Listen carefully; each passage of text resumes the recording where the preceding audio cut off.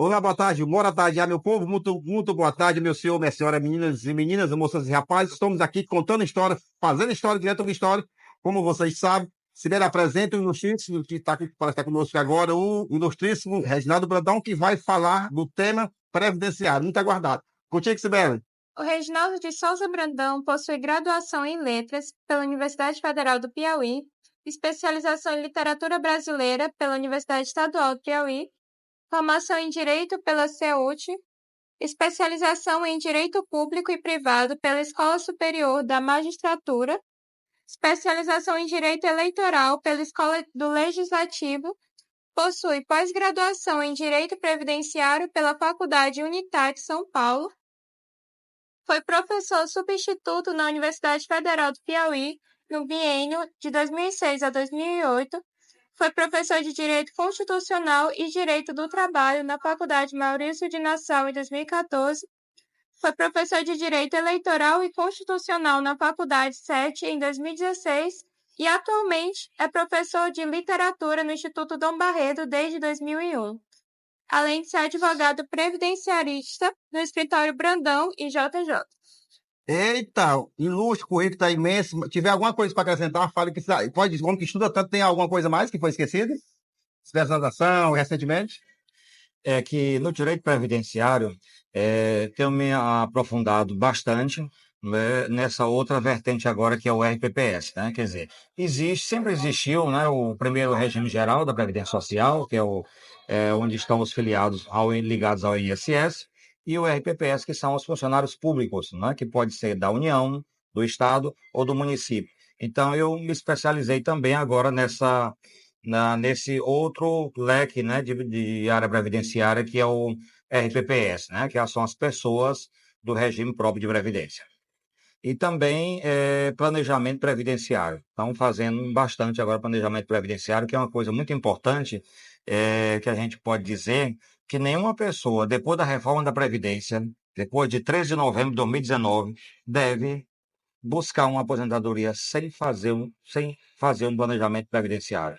Então, o que a população tem que fazer? Procurar um advogado especialista na área e que seja da sua confiança, né? Que é muito importante, né? Que você confie no seu advogado.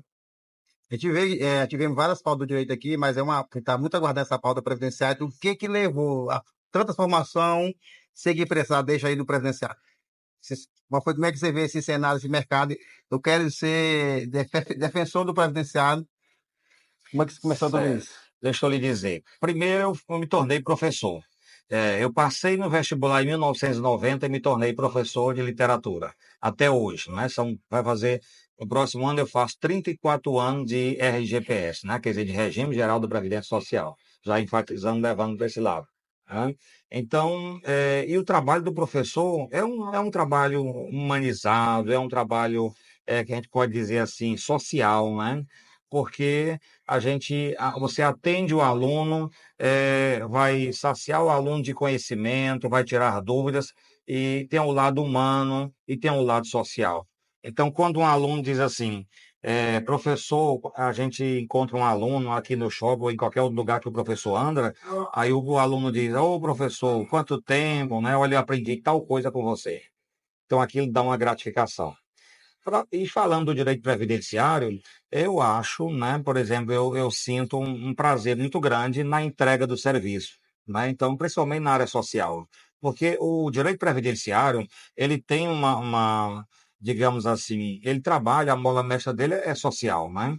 Então, são os benefícios da população, né? São as aposentadorias, são as pensões, são o BPC-Loas, né, que atende diretamente aquela camada mais sacrificada, atende também aquelas pessoas com deficiência. Então, aquilo não tem preço, né? Com aqueles áudios que os clientes mandam, não é que diz assim, aquele agradecimento, sabe? É comparado àquele do aluno que diz que ficou muito satisfeito de ter aprendido aquilo. E eu acho que nesse caso, no direito previdenciário, ainda se torna mais importante, mais gratificante ainda, porque você sabe que muitas vezes você está levando o pão para dentro de casa dessas famílias. Famílias que, por exemplo, carentes. Eu tive uma cliente que ela não tinha eu perguntei assim na ficha de atendimento, você tem geladeira em casa? Ela disse, tem, mas está queimada. Eu disse, você tem televisão? Porque se tiver aquela televisão grande, na sala também não passa, né? Porque os requisitos são bem apertados. Ela disse, não tem. Aí eu disse, pois a assistente social vai na sua casa essa semana, entendeu? Aí você vai passar. E deu certo passar, entendeu? Porque realmente as condições daquela família eram precárias, entendeu? 4 pessoas dentro de casa, sem emprego formal, ninguém com emprego formal, uma criança autista, certo? E outras crianças que também não trabalhavam ainda, né? Ainda são dependentes da mãe. Então, isso é uma entrega, você entregar. Eu me lembro quando ela foi receber o primeiro pagamento, a satisfação daquela mãe, entendeu? Então, isso não tem preço, né? Essa satisfação. Então, tipo assim, além de todos os pré-requisitos que é necessário para que adentrar no processo previdenciário, a pessoa levantar um advogado que, de forma alguma, não consegue resolver sozinho e procura um auxílio para tentar buscar caminho, né? Certo. Os requisitos. Bem, depende, cada área, né, do direito previdenciário vai tendo seus requisitos próprios.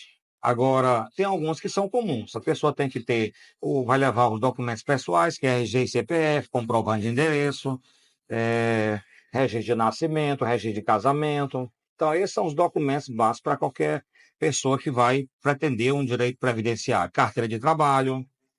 E dependendo do benefício que a pessoa quer, que ela deseja, que ela almeja, aí vai se tornar a especificidade. Por exemplo, se for trabalhador rural, aí vai ter que comprovar, né? Vai ter que fazer 2 provas, né? Dos anos mais recentes, né? Vai ter que comprovar 15 anos, né, de labor, né, na área rural. É claro que pode ser que nesse período, a pessoa, nesse meio termo, a pessoa tenha tido, o meu já tive caso e que deu certo, a aposentadoria, a pessoa passou 1 ano e meio, por exemplo, de carteira assinada, mas o restante do tempo foi comprovado, foi conseguir comprovar a questão rural.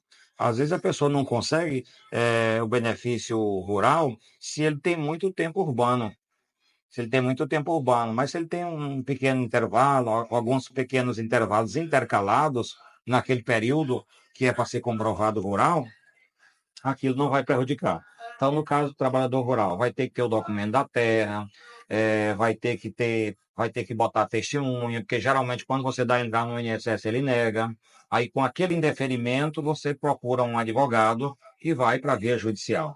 Então, esse é o caso do benefício rural. Se for pensão por morte, por exemplo, se for pensão por morte, aí você vai ter que ter todos esses documentos, certidão de casamento, e vai acrescentar aí o quê? A certidão de óbito. Tem que ter a certidão de óbito. E se for união estável, aí o processo fica mais difícil. Entendeu? Os desafios são mais, porque se a união estável for feita pós-morte, o administrativo não reconhece, aí só na justiça. Então, já resolvi vários casos dessa natureza, que os clientes me procuraram justamente quando não deu certo lá no administrativo.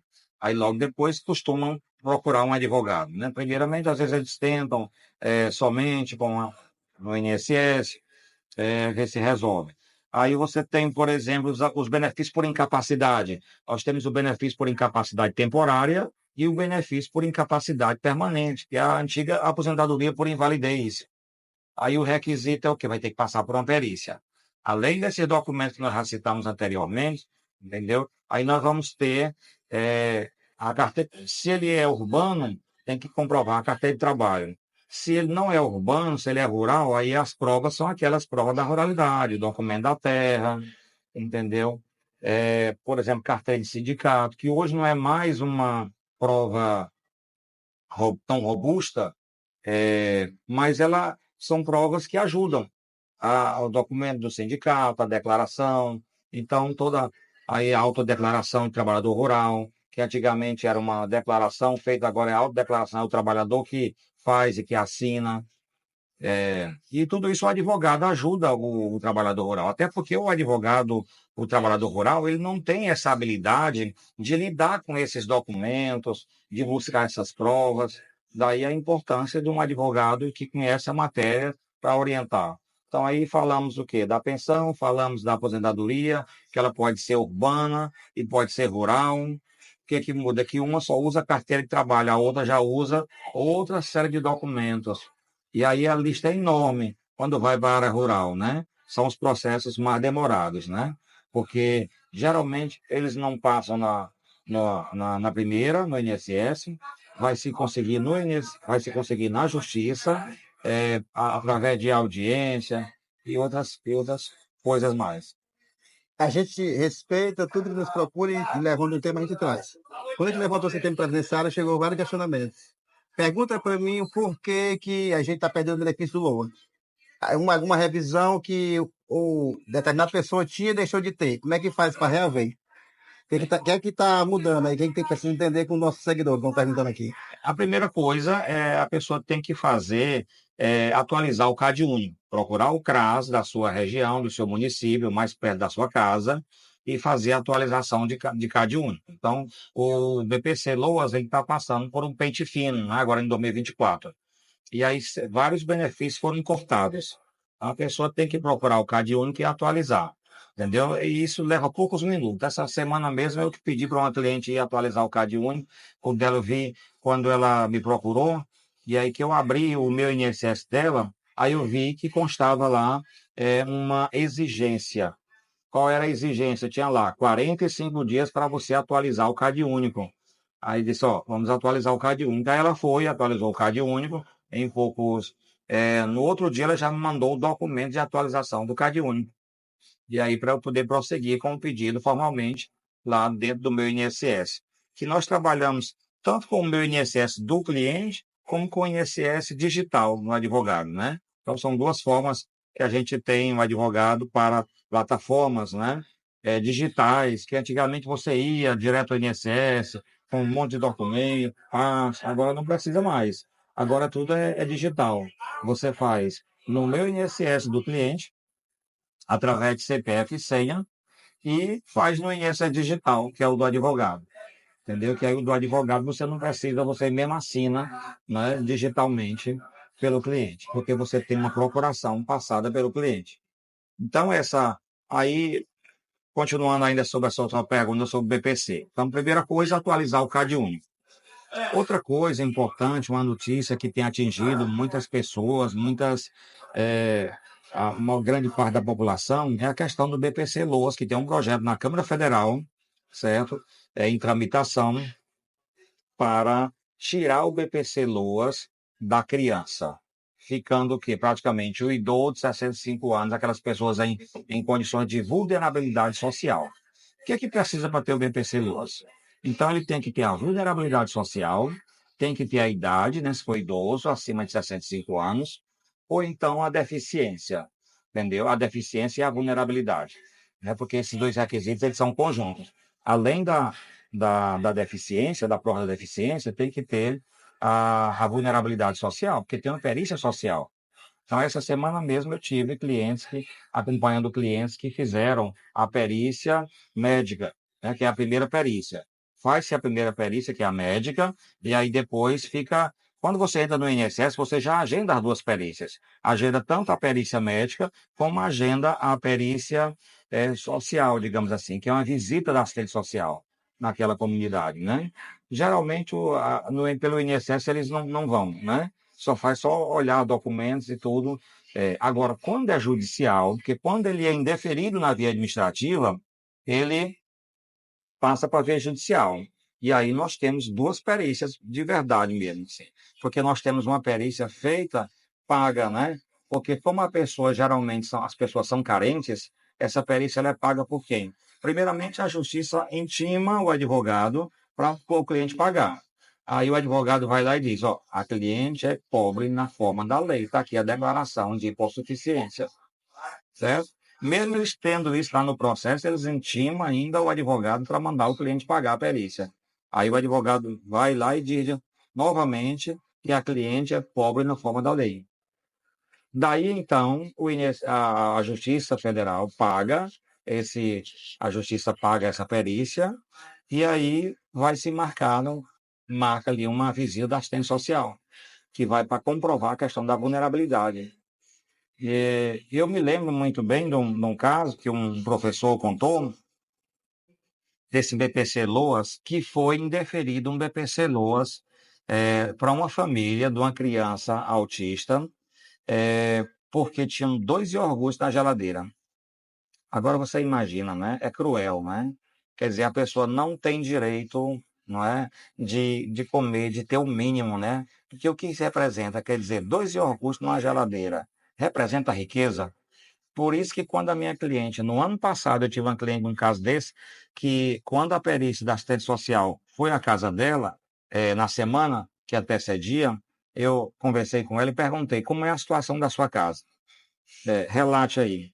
Ela disse, eu tenho uma geladeira queimada e não, eu perguntei, tem televisão? Tem não. Tem moto? Tem carro? Tem não. E, pô, vai dar certo. Aí eu fiquei tranquilo, digo, eu estou com a esperança que dê certo. E deu certo, né? Quer dizer, porque eu lembro muito bem desse caso, que uma assistente social indeferiu, né? Ela colocou nos critérios, né, que aquela família não estava apta a receber BPC Loas, porque viu lá algumas coisas que não comprovavam a vulnerabilidade. Certamente ela achou que era coisa de rico, né? Ter 2 iogurtes para uma criança, né? Que é a alimentação, que é o básico. Então precisa atualizar o CAD único e precisa comprovar essa vulnerabilidade, procurar um especialista que conheça da matéria, que possa defender essa causa, assim mesmo, de forma muito aguerrida, para poder garantir o direito das pessoas. Porque, como nós falamos no começo, o direito previdenciário, ele tem ele nos dá essa satisfação, né, na entrega. Tem outras áreas do direito, eu gosto muito do direito, e todas as áreas do direito, elas satisfazem a gente, assim, então, muitas áreas do direito satisfazem. Mas no direito previdenciário, ele tem deixa ainda dessa satisfação maior, porque tem uma entrega, você está colocando comida na boca de alguém. É uma situação que fala muito de prova de vida. Quando tem uma pessoa com mobilidade reduzida, que ele está acamada, como é que acontece isso? Que ela não pode se deslocar para um órgão e até o banco, né? Para constar que ela realmente está viva ainda. O que acontece? Para não ser pega de surpresa e cortar o benefício. Como é que acontece isso? Aí tem a questão da prova de vida, aí a pessoa pode, por exemplo, se é uma pessoa que não está numa situação de um problema de saúde muito grave, ela pode ser levada, né, por alguém da família, não é, lá na agência do INSS para fazer essa, essa prova de vida. Também pode ser feita no banco, né, que pode ser feita no banco. Agora, se essa pessoa está acamada numa situação muito severa, aí é mais complicado porque tem que requisitar o servidor público para que ele vá lá. E isso já é mais complicado, já dá um trabalho maior, já demora um pouquinho mais. Entendeu? O ideal é que pegar a pessoa, mesmo na condição de vulnerabilidade, de uma doença grave, outras formas também, a pessoa pode fazer a questão da curatela, entendeu? Quando a pessoa está acamada há muito tempo, semana passada eu entrei com um processo de curatela de uma senhora que está acamada. E aí a filha, né, na qualidade de curadora, né, responsável já não no papel ainda, mas na prática, ela já faz isso, né, cuida da mãe. E aí, como o pai dela havia falecido, que era quem tomava conta, eram 2 idosos, mas o pai, como tinha mobilidade, resolvia todos os problemas da família. Com o falecimento do chefe dessa família, digamos assim, do, do pai, né? Aí foi preciso entrar com um processo de curatela para que a filha possa, juridicamente, né, ser a responsável pela mãe. E aí ela pode fazer todos os documentos, ela pode fazer todas as provas que forem necessárias. Dentro do que já foi falado, quais são os maiores desafios encontrados ainda que você gostaria que tivesse alguma mudança para melhorar o trabalho desse dentro do meio previdenciário? Para melhorar, um dos grandes desafios da Previdência é diminuir o tempo, né, de concessão dos benefícios. Acho que esse é um dos menores, dos grandes desafios. Por quê? O que a Previdência alega? É que não tem servidores. Então, são poucos servidores, e os servidores que têm em determinados locais, né, que a gente visita, nós advogados andamos, ainda não há um bom atendimento. Entendeu? Não há um bom atendimento, às vezes, por parte de alguns servidores, não digo de todos, mas por parte de alguns servidores. Tem muitos servidores que são bons, né, que são prestativos, mas precisa renovar, precisa um maior número de servidores, para que a concessão seja mais rápida. A concessão de benefício tem demorado muito ainda, né, principalmente do benefício rural e dos auxílios por incapacidade, porque tem que passar por uma perícia, entendeu? Aí, auxílio por incapacidade temporária, permanente, ele tem o tempo de marcação de uma perícia, vai no INSS, aí vai indeferido, aí entra com um pedido de perícia judicial, aí depois vem a sentença. Então, é um processo longo. Eu tenho tido processos, eu diria, não tão lentos aqui em Teresina, principalmente, porque eu tenho trabalhado muito com aposentadorias urbanas. Com aposentadorias urbanas, aí elas são mais rápidas do que as rurais. As rurais são um grande gargalo aí, né, da Previdência, porque vai passar por provas, né, por provas de documentais e provas testemunhais. Então, ela acaba sendo mais longa, né, para fazer toda essa audiência. E já muitos aqui eu tenho feito aposentadorias, pensão, aposentadorias urbanas. Porque a urbana, ela se torna um pouco mais fácil no sentido de que a prova, ela é toda documental. Então, aí nós vamos lidar com carteira de trabalho e com o CNIS. Como é que funciona isso? Uma das coisas que é muito importante nesses desafios que você fala aí é a questão do planejamento previdenciário. O planejamento previdenciário é muito importante para todos nós hoje, porque é o planejamento previdenciário que vai te dar, responder 3 perguntas importantes. Quando um cliente procura um advogado, ele quer saber quando ele vai se aposentar e quanto ele vai ganhar. São essas 2 coisas que um cliente quer saber quando ele quer se aposentar. Então, e aí, quando eu vou falar para o cliente do planejamento previdenciário, que é uma das grandes perspectivas para 2025, esse planejamento previdenciário que a gente já vem fazendo desde 2020, que eu tenho feito planejamento previdenciário, que foi quando ele se tornou mais importante, mais necessário, digamos assim, não é nem mais importante, mas mais necessário, depois da reforma da Previdência. Depois da reforma da Previdência, antes da reforma da Previdência, que aconteceu em 13 de novembro de 2019, a pessoa tinha idade, por exemplo, a pessoa tinha idade e ela procurava uma agência da Previdência Social e ela dava entrada no benefício dela. O que acontecia? Das 2, uma. Se ela tivesse muito tempo, se ela tivesse a idade, já, ela teria um benefício mais ou menos, tá, dentro da regra do que ela contribuiu. E se ela não tivesse, que era a grande maioria, a pessoa ia lá, dava entrada e saía perdendo. Porque existia um fator previdenciário, que é um índice que derrubava. Quanto mais nova é a pessoa, entendeu? Embora ela tivesse um tempo de contribuição, a pessoa começou a trabalhar com 17 anos, 18 anos, tem mais de 30 anos de tempo de contribuição, 35 anos de tempo de contribuição, mas a pessoa era nova. A pessoa tinha 55, a pessoa não tinha 60 anos. E aí, o que acontecia? Derrubava, a aposentadoria ficava lá embaixo.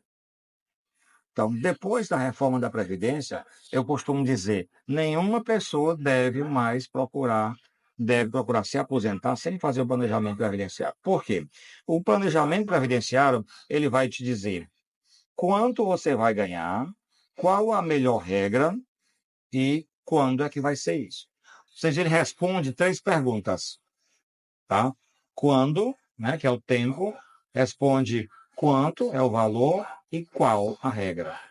Então, essas 3 perguntas, elas são respondidas no planejamento previdenciário. Isso quando o cliente procura o advogado, o que o advogado faz? Antes de fazer o planejamento, ele tem lá uma ficha de atendimento ao cliente. E nessa ficha de atendimento ao cliente, tem quase 10 páginas. A ficha de atendimento ao cliente tem quase 10 páginas. Então, ali, você vai fazendo pergunta de tudo sobre a vida do cliente. Sobre as carteiras de trabalho, se a carteira de trabalho sobre o primeiro vínculo, se ele, por exemplo, serviu o exército, entendeu? Porque tudo isso pode ser contado, Somado, né? somado. Se ele foi ministro de igreja, entendeu? Todo esse tempo, né, são períodos, se foi aluno de colégio agrícola, ou se, como eu já tive caso de clientes assim, ou foi professor, é um caso que eu tive, aluno de colégio agrícola e depois professor de colégio agrícola. Então, todo esse tempo pode ser somado, a gente não pode desprezar. Por isso que é muito importante essa entrevista com o advogado, onde você vai relatar toda a sua vida, ele vai questionar sobre tudo, para poder, a partir dali, analisar se vale a pena você se aposentar agora. Por exemplo, você faz um planejamento e tem uma aposentadoria disponível. Eu já tive casos, como eu tenho feito bastante aposentadoria de professor. Então, talvez pelo fato de eu ser professor, aí tenho muitos colegas professores, E procura, né? acabou que tenho muitos clientes, né, professores. Tenho de outras categorias também, de aposentadoria especial, né?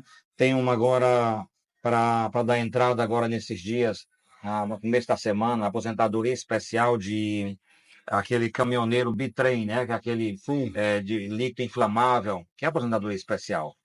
Tá? Então, é outro tipo de aposentadoria que a gente não falou lá no começo, né? Sim. Aposentadoria especial. Aí tem também essa, aí como eu estava falando, desses requisitos, né, das aposentadorias do professor. Então, aí aparecem várias regras. Aí teve um caso que eu fiz, aí tem assim, aí apareceu lá, né? Após concluir o trabalho, eu entrego um parecer para o cliente, dizendo qual a melhor regra, orientando qual a melhor regra, qual a regra que tem um melhor valor, qual a regra, qual a primeira regra que ele atinge os benefícios, entendeu? Ó, essa aqui é a primeira que você vai atingir. Essa aqui é a que você tem o melhor benefício. Cada um tem uma data, certo? E aí o cliente escolhe. Aí tem, por exemplo, todo mundo quer se aposentar com integralidade. Quanto é a integralidade no regime geral da Previdência Social? 7.586. Então, esse teto da Previdência, que é tão almejado por quem é seletista, entendeu? Eu sou advogado previdenciarista, mas também sou seletista. Então, diga assim, então todos nós almejamos esse teto. E para chegar lá, qual é o requisito que tem? Tem que ter que passar por um pedágio, né? Tem uma regra do pedágio de 100%. Mas teve um caso de uma pessoa, de um profissional, e eu entendo muito bem essa situação, talvez até pelo fato de eu ser professor, teve um professor que disse, quando eu fiz o planejamento dele, fiz num ano, e aí, no ano seguinte, já estava previsto uma aposentadoria pela regra da transição da idade mínima, que não é um valor considerável. Lá estava dando, digamos, um valor de R$ 4.000 e R$ 200 previsto para ele lá, né? Sendo que a aposentadoria do máxima para ele, prevista lá, estava dando 6.500. Isso mais 2 anos e meio para frente. E ele, quando ele completou aquele tempo da regra da idade mínima, que foi esse ano, ele chegou no escritório e disse: Eu quero me aposentar agora. Aí eu disse assim: Você não quer esperar 1 ano e meio, 2 anos, que aí você atinge o teto da Previdência, você vai se aposentar com um valor mal? Não aguento mais. Eu quero me aposentar agora. Você botou bem aqui que está disponível essa regra, então eu quero essa aqui. Eu digo, pois pronto, é agora. Dá entrada. Mediante tudo isso, se a pessoa tiver saúde, é Isso. louvável esperar um pouquinho mais tardio, mas leva tudo, Isso. né? Não, eu tenho um caso, né? Eu tive casos de professores, principalmente professores, que esperam essa regra. Faz o planejamento e fica esperando a melhor regra. Mas eu já tive 2 casos de professores que disseram assim: Não, eu quero essa aqui. E aí, um advogado, talvez, se ele não fosse professor, ele podia até questionar mais. Por que você não espera um pouco mais, ou não vale a pena? Mas um advogado, professor, entende a dor do outro. Ele disse, eu não aguento mais não, estou cansado. A gente vai entrar um pouquinho, tem curso aqui, e vai, dentro desse contexto, um pouquinho da ética e sociedade. Social, como é que, dentro que você vê tudo isso, dentro desse planejamento aí? Como é que Olha, a sociedade... trabalhar com ética é muito importante. É uma coisa que no nosso escritório a gente tem primado bastante. Por exemplo, vez por outra, aparecem clientes que têm outros advogados. Aí eu disse, eu não vou abrir seu processo. Você tem outro advogado? Então, eu não vou abrir seu processo judicial. Você tem outro advogado. Aí eu escuto o cliente, né? Não, é porque eu estou querendo mudar de advogado. Não. Então, aí só se você fizer um subestabelecimento. Então, primeiro eu vou escutar para ver se procede o que ele está dizendo, porque já chegou o caso do cliente chegar e dizer assim, ah, não, porque está demorando. Eu quero mudar de advogado porque está demorando. Mas vai continuar demorando, né? Porque às vezes a demora não é do advogado, né?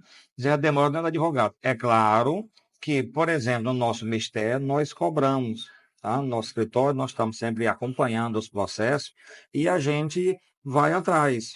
A gente sabe que a demora, nós sabemos que a demora não é do advogado, muitas das vezes. Né? A demora na, quase na totalidade dos casos, a demora é da Previdência, a demora é da Justiça.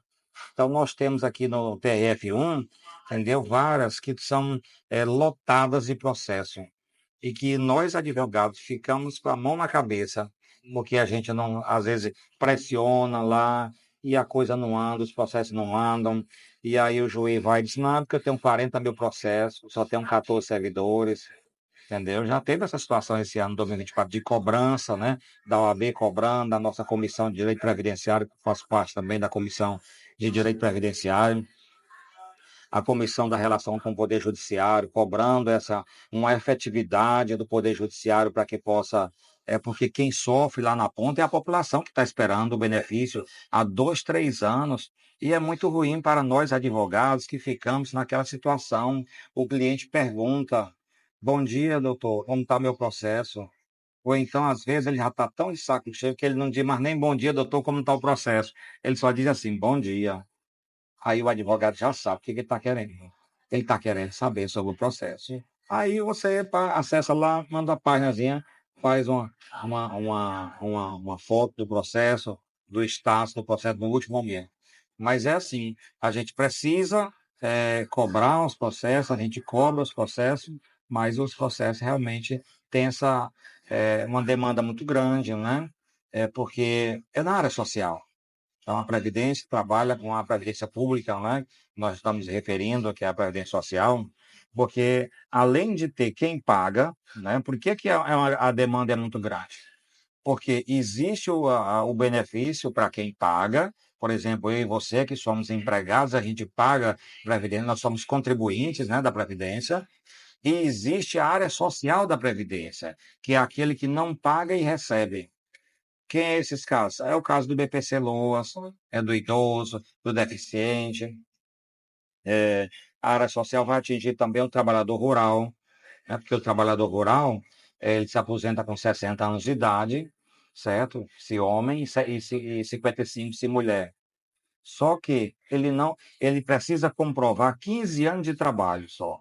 Ele não precisa comprovar 15 anos de contribuição.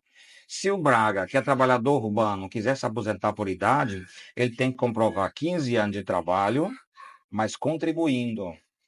Qual a diferença? Então, Braga, cidadão urbano, ele tem que contribuir para a Previdência 15 anos e ter a idade. Já o trabalhador rural, por exemplo, então é uma área social. É o governo, é a área social da Previdência que banca essa parte, né?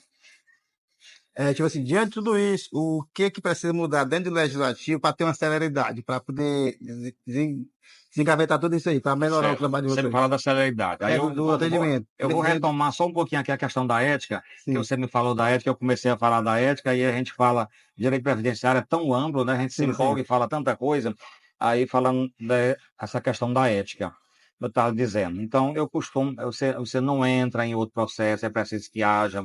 É muito comum, por exemplo, eu aposentei motoristas de outros estados, motoristas na categoria especial. E aí, quando você aposenta um daquela categoria, começam os outros a ligar para você. Aí, outro motorista de outros estados ligaram: olha, eu tenho um processo aqui, já está com 4 anos. Aí teve um caso desse, né? Tem um processo que já está com 4 anos e o que eu faço? Aí eu sei que ele, de vez em quando, ele ligava, aí até que ele encerrou a relação com o advogado que ele tinha, né? Então, só depois que eu vi que estava encerrada a relação lá, que deu um subestabelecimento, o advogado mandou um subestabelecimento, aí tudo bem, agora eu posso entrar, posso pegar o processo. Antes de finalizar, que a gente tem o tempo aqui, gostaria que você deixasse conselho para quem está passando, como é que ele faz para procurar para resolver o problema, dentro dessa nossa discussão. Conselhos e dicas para a gente esclarecer para quem vai aqui passar a entrevista, para encostar caminho e resolver o problema. Encurtar caminho, né? Essa é boa, né? Você tem que, Resolver. primeiro, fazer o curso de Direito, né? Você vai fazer o curso de Direito, passar na OAB, e aí se especializar, né? Pode fazer uma especialização de Direito Previdenciário, entrar nas comissões da OAB, né? Que tem para receber os jovens advogados, e tem cursos, né? A OAB tem feito cursos para iniciação à advocacia, que de certa forma treina. Eu mesmo, nessa gestão, eu ministrei cursos, né, de iniciação à advocacia previdenciária. Então, é importante que o jovem fique atento a esses canais, né, da internet, que hoje o mundo é digital, né? O mundo é digital. Então, é sempre a divulgação no site da OAB e de outros advogados também que vão postando as suas. Que hoje você encontra tudo no digital. Agora, é claro, você tem que filtrar, né? Você tem que filtrar. Então, é estudar.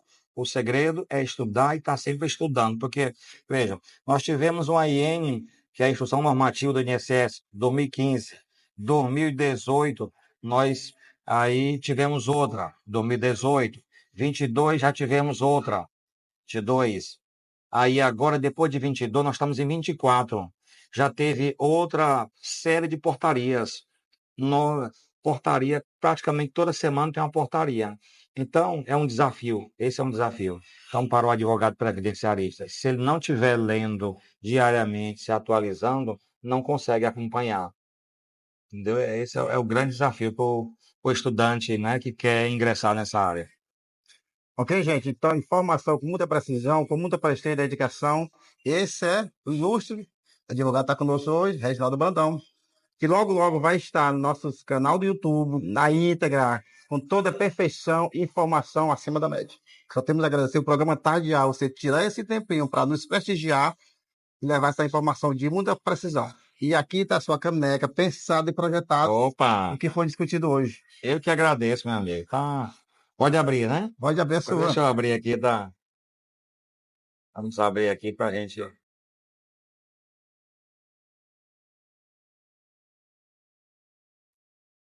Rapaz, tá excelente, né? Olha, personalizado direito aqui, os patrocinadores e uma foto aqui, né, do advogado. Muitíssimo obrigado. Muito obrigado. E vim prestigiar o Mostrar aqui programa a caneca Tardias. para o público, né? Ficamos de pé para nós fazer nossa foto oficial.